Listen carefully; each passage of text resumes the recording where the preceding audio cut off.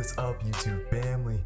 What is up, YouTube fam? It is your boy, Damn Kale, and we back at it again with another video. Now, you saw the thumbnail, you saw the title. Of course, this is a reaction video. So if you guys don't want to do a mixture of things, I really want to lean in this direction first, because I feel like I have to put out a message. So, without further ado, let's go ahead and get right into the video. Women hate it.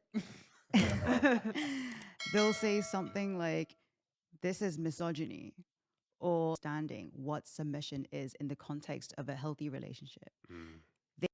Yeah, because I understand like females will instantly hop to the argument of you're a misogynist because you think a certain way about women.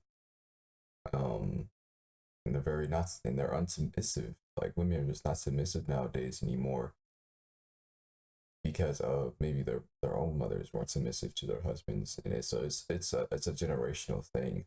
I don't believe this just appeared out of the blue. I think this is a very generational thing. I think the mother who taught that mother, who then taught that child to act the way she acts now, has had a perceived notion against men, that men are evil or that men are out to get you. Let's continue. And they think, oh, being a slave or lowering yourself for a man, or being at his beck and call, or having no opinions. Right. When submission, right, that's what they think. It's unfortunate, but that's what they think. In a relationship isn't about that at all.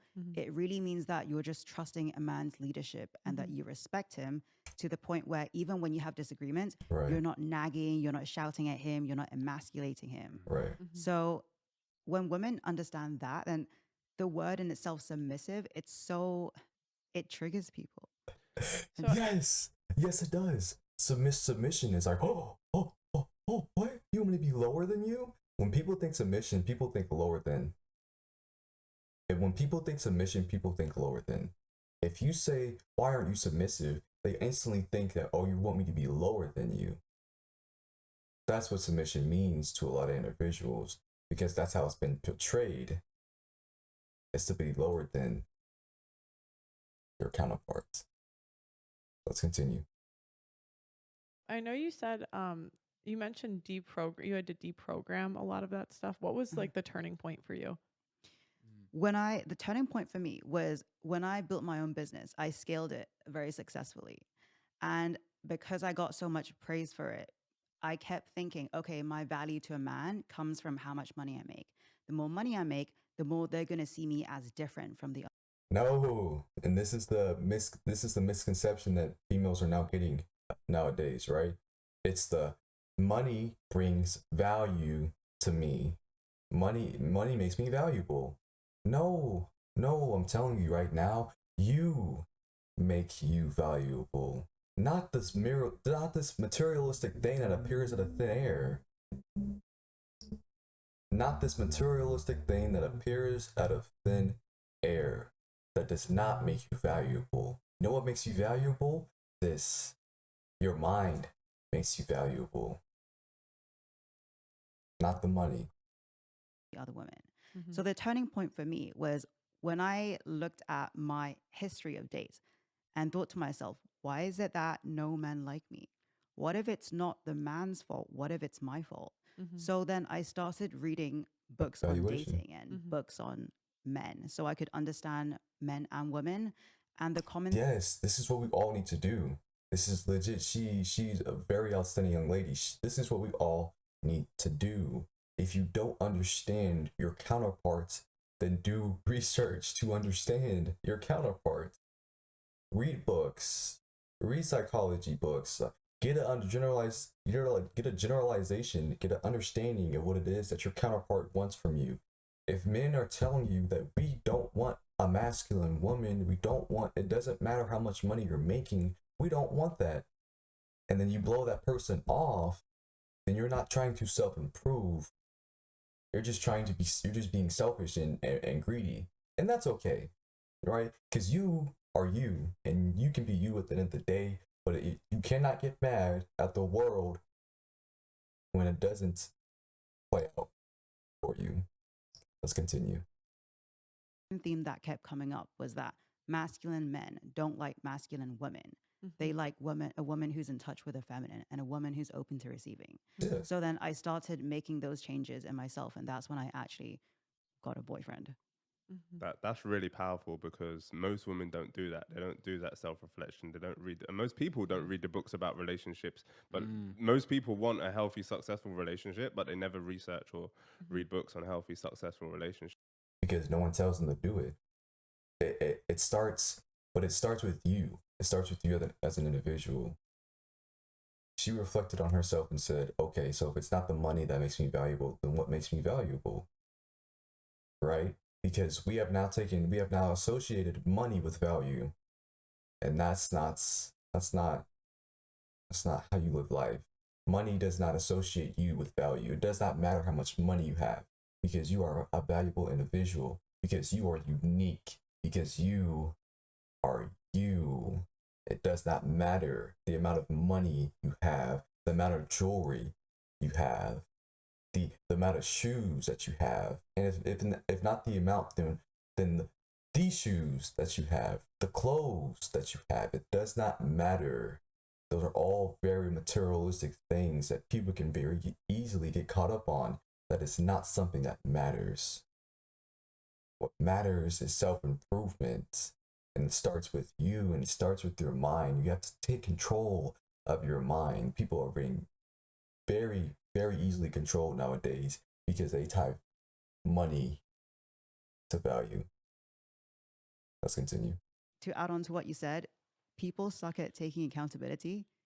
We always ask ourselves, like on my TikTok, so I post Very like much so. dating stuff for women. A lot of women will comment saying, oh, where do you find your boyfriend? Where can I find these men? All men are trash. But no women saying, what do I need to do in order to attract? Because why? Why do you think females are doing that? It is a victimhood mentality. Sorry, yes, it is a victimhood mentality. Females are like, oh my gosh, where did you find that man? He's so perfect. All men are trash. I can't find anyone. Why do you think that is? You are only the reflection. You are only the reflection of the person that you are getting with. If you are in a current relationship and it's not going so well, and it's not, and both parties are not doing a good part and trying to take care of the relationship, then it's legit both of you. It's both. But everyone is put into a relationship for a reason. It's to show you how to improve. People are placed in your lives to show you how to improve. But it starts with you. You have to self-reflect and look at you and go, what is it that I have to do as an individual to improve? What do I have to do? Not what does she, not what does he, what do I have to do? Because you cannot blame everyone around you. If you continue to blame everyone around you, you will never understand how to control or take accountability for yourself. Let's continue. A better quality man. It's like submissive. There's only one person can drive a car at a time, so you can't grab the wheel off of them. So people find it a weird word to use, but only one person can be in control. What do you say to women that say they want an equal partnership?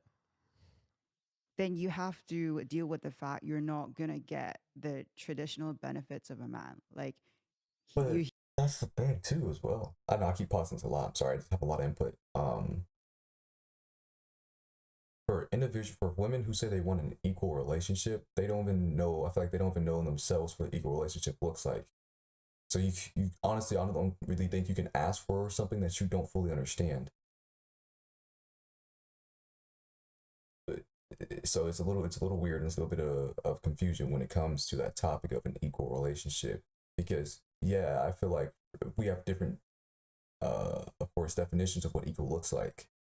Equal to me is me taking care of what it is I need to take care of outside of the home, and you taking care of what it is that you have to take care inside of the home, that is equal to me. And it's not being subjective. I'm not trying to objectify.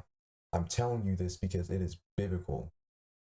It states in the Bible. And I know when you hear the Bible, some of you might freak out and go, oh my gosh, here we go again, right?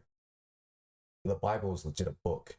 It is a book that you read to improve upon your life. If the Bible was not the Bible, and it said instead the book of improvements or the new way to live, everybody will be picking it up and reading it, because that's legit what it is. It's a guide to how you're supposed to live your life. It states in the Bible, it's biblical. Men are supposed to be the foundation, and their wife is also that foundation as well, but it's the foundation at home. Man is the foundation out of home. Women are the foundation in the home, because children need a loving environment and nurturing environment. The men are the stone or the rock. They stand in the middle of the river, and y'all simply just get behind. He's taking the brunt of everything for you, and you're simply just getting behind it, because he's going out and getting those life experiences that he can then tell y'all about. So I'm not saying that women can't do that as well, but there has to be a balance, right? You have to go through life with a balance. If you're constantly blaming someone else because it's their fault, there is no balance. You have to have balance, but you have to know what that is first. He's going to want to split the bill. He's Love going that. like, it's true, right? Like, if you want to be equals with a man, then don't expect the benefits that a masculine provider man is going to give you. You can't have something without giving something else back. Absolutely. Cause and effect. It's the type of women that goes for the six figures men. It's not every woman that has that mentality of like, I need to have a man that has six figures. You That's can get a correct. man that has six figures and maybe can't even construct a sentence together. I mean, I think that's what women say, but then you watch who they date and it's a different story. I've seen a lot of girls come on my show and they'll like say something that sounds nice. And then after I'll look at their dating history, and maybe he's not rich, but he sure as hell is quite handsome and like top 10, 20%.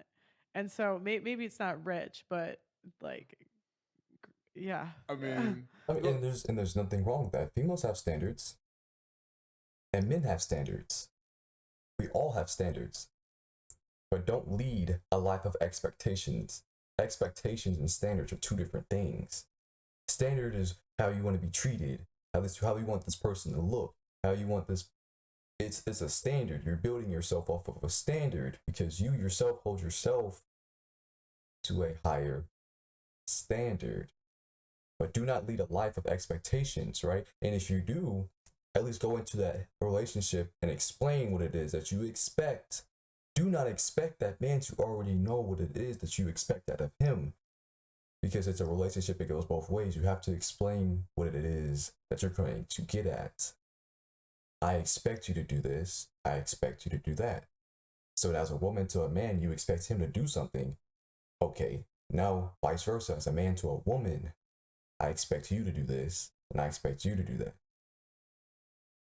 And if we can come to a mutual agreement and say, okay, we expect this out of each other, now let's do it, and let's accomplish this, and let's tackle this head on.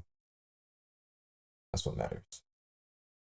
not to disclose any information or that's any too sus about me, but up until like a year and a half ago, I didn't have a bed. But yet I was still engaging with sexual activities with women.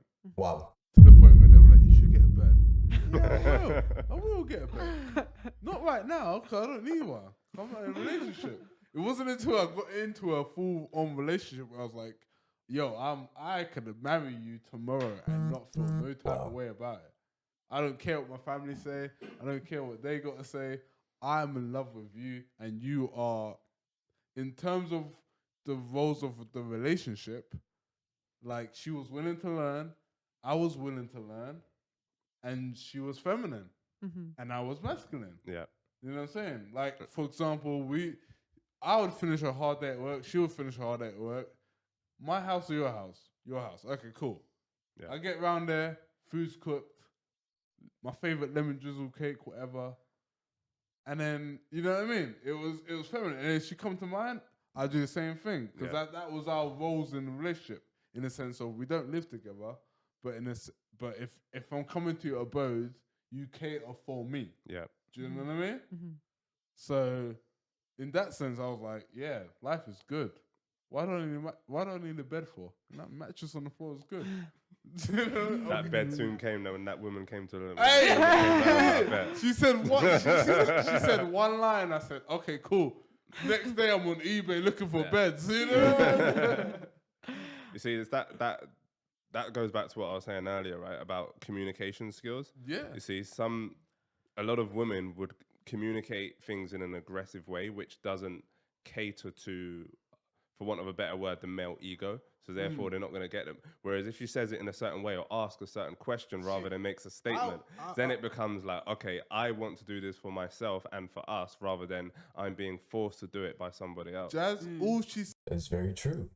Communication skills is something that we lack nowadays because we've never been taught that, either from our parents or from our counterparts, right? From someone that we looked up to. Someone never taught us how to communicate our feelings, how to communicate to someone else appropriately. Like, I understand the feelings that you're going through, but do not yell at the person that you're trying to convey your feelings to, because all that does is just makes them not want to listen because you're yelling at them. They're not going to want to listen to a person who's yelling at them because all they hear is that you're angry and that's it. It does not take yelling to convey a point. This is how it is. I'm talking to you right now. I'm not yelling to convey a point. I'm simply just communicating to you guys, the audience who are watching, and I'm conveying what it is that I'm feeling off of watching this video. That's simply all it is. But yeah, this video,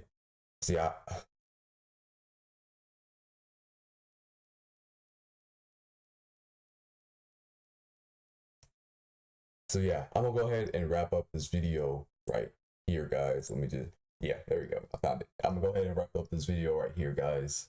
I don't want the video to be too long. It's already getting there. If you guys enjoyed the video, please go ahead and leave a like and a comment down below. Tell me how you feel about the video. Tell me how you feel about what it is I was saying. I'm excited to get to react to these videos with you guys. Of course, as I progress through this little journey that I'm taking with this YouTube channel, me stuttering will be as prevalent, of course. So just stick with me. Yeah, guys. I hope you guys have a great day. Ciao.